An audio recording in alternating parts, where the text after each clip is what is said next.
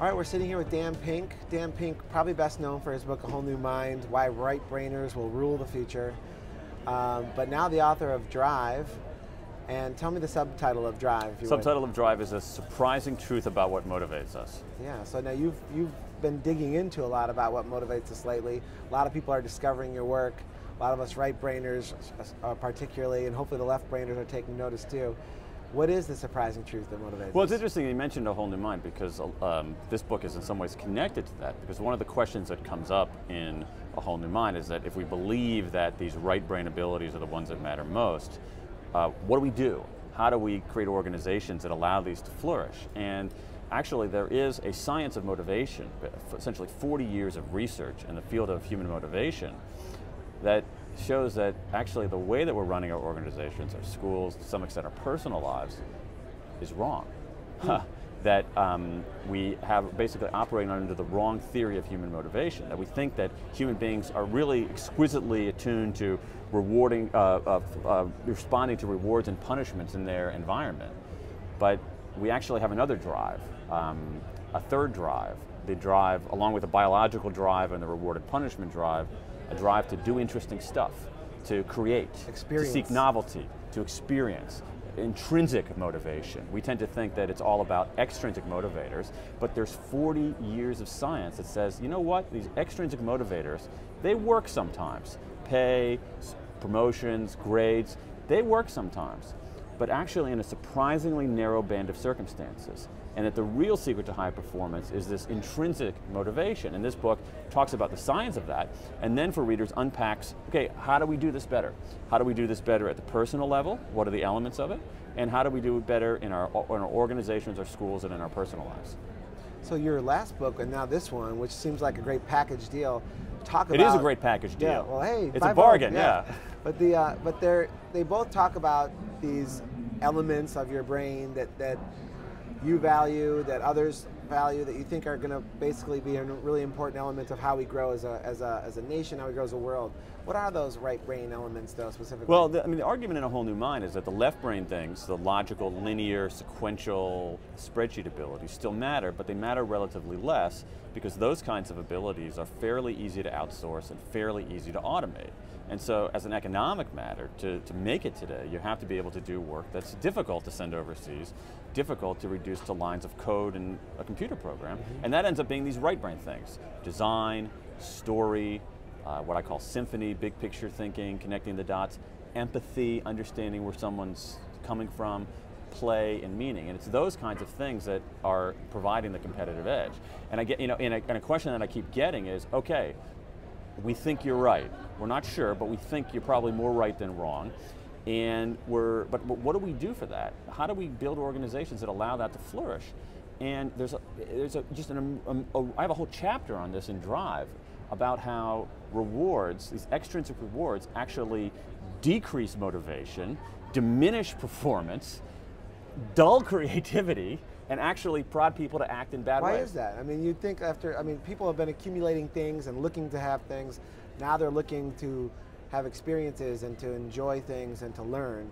Why is that? I mean, what's happening? Well, here's the thing, because basically what it is that we are, in some ways, are underestimating human beings. We think that human beings, the way that we run our organizations, if you think about this, is very antiquated. The way we run our schools is even more antiquated. We operate as if human beings are essentially slightly slower, slightly better smelling versions of horses, that we basically respond to carrots and sticks. And it's true in some instances, but we're more than that. We have this innate drive to do interesting stuff, and our schools and organizations typically don't take account of that. And this is not a kind of nicey-nice thing. Ooh, if the world would be better if we got in touch with our inner drive to do novelty. This is 40 years of science is telling us that. 40 years of science is telling us we've got it a little bit wrong. And so this book tries to reveal what that new understanding is, but also offer readers the tools and tips to do better. What is it that is required of businesses, of individuals, of schools to actually get over that hump and see the other side? Well, I actually think that I think that a lot of the right brain thinking and the right brain approach to things, truly has broken through. If you look at the companies that are outperforming other companies, they tend to be companies with premium on design. They tend to be companies that are taking greater risks, companies that are hiring multifaceted sorts of people. If you look at even like medical schools, these bastions of left brain muscle flexing, medical schools are taking students to art museums to make them better diagnosticians, to help them see like artists, because that's an important part of being a doctor. If you look at a company like Google, this high-tech powerhouse, Google hires people, what Google hires for is they say, we want people who are non-routine, okay, who can do stuff that you can't reduce to a script. So I think that a lot of it really has broken through. I think it's less broken through in our schools, not because of teachers or principals, but because legislators are imposing legislators are basically preparing kids for your and my past rather than our kids' future. Right, which is a concern. So who is this book targeted for? When you're talking to a lot of businesses, you're talking to a lot of individuals. Now Oprah found her way to A Whole New Mind and loved it and shared it and put that book on the map in an even bigger way. And that really reached a lot of people. And then we're talking about schools and teachers and all.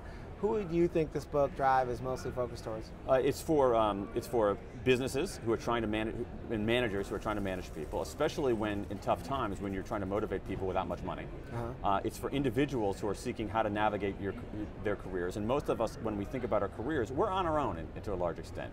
We got to figure out what we're good at, what we love doing. How do we find that sense of intrinsic motivation? It's for educators because, and in this case, I think you're right. It is something of a warning cry about that we're doing the wrong thing. And it also is there's a lot of material in how do you do better in relationships, even how to use intrinsic motivation for sports. There's a huge amount of really interesting information about great athletes we think that because they get these prizes, that's what's motivating them, but that's just not right. Yeah. They're really concerned about mastery. They're really concerned about getting better and better and better at stuff. Yeah. So how did you come to this?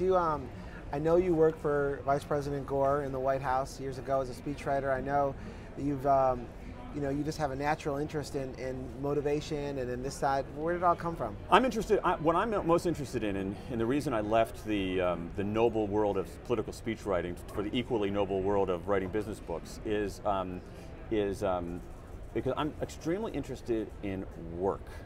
And if you look at, to the extent that anybody cares about looking at the whole range of books that I've written, Free Agent Nation was about how people work. We're moving away from the organization man toward the free agent. Whole New Mind was about, in some sense, what people did at work. Okay? We used to be deploying these left brain SAT spreadsheet abilities. Now, oops, we got to employ these more high concept, high touch, big picture, right brain abilities. Okay? This book, Drive, is about why people work. And the truth is that in the days when we were doing routine, not particularly interesting work, we were doing it to get the reward. We were doing it to seek the carrot and avoid the stick. But today, that kind of motivation scheme doesn't work. And again, what I really want to emphasize is that it's not like, I'm not making like a philosophical claim. I'm not making a moral claim. Ooh, this is not. I'm just saying it's like, you look at the facts, and the empirical evidence says there's a better way to do this. The good news about all this is not only is it better in the sense that it's more effective, but it's better in the sense of better. Our lives will be better off, but probably just better. So a lot of the decision makers who are in a position to now implement these new ideas, and they're not totally new to your point, some of this has been written about for a long time, but they have come from a different area, they're different thinkers, or they just grew up learning a different way. Yeah. How does that actually bust through the wall, this new stuff, and actually take root? Well, that's a really, really important question, and there isn't and I guess the short answer is slowly. It's not the kind of, people don't change their views immediately. They don't say, oh my God, Dan, you're right. I'm going to redo. It doesn't work that way. It happens very, very slowly. And it happens, I think, in part not only because of books, but I think that the way that I look at things, so one of the things that I've learned as a writer is that authors might have, especially books like this, authors might have the first word, but we don't have the last word. And I think it's really important to listen to the conversation that's out there, to listen to what people are talking about, because I think that's where the world really changes. It's conversation by conversation, where someone says, you and your wife say, well, you're already saved, so you don't, I don't have to preach to you, but you and your wife say, wow, I read this thing, it's like, maybe we're putting too much emphasis on these left brain things, and maybe we shouldn't deter Aiden from his interest in painting, maybe we should encourage it. And like he might actually have a successful life if he nurtures this right brain ability too. And that's how change happens. It doesn't happen from the top, it happens conversation by conversation. And the goal of, I think, good books, and certainly the goal of my books, is to trigger those conversations, because conversations change the world. Well, it sounds exciting. Dan, you're a really dynamic guy. The book is Drive. Thanks so much for being at Borders today. Thanks for Borders. Yeah, we love it. Thanks okay. for Thanks a lot. It.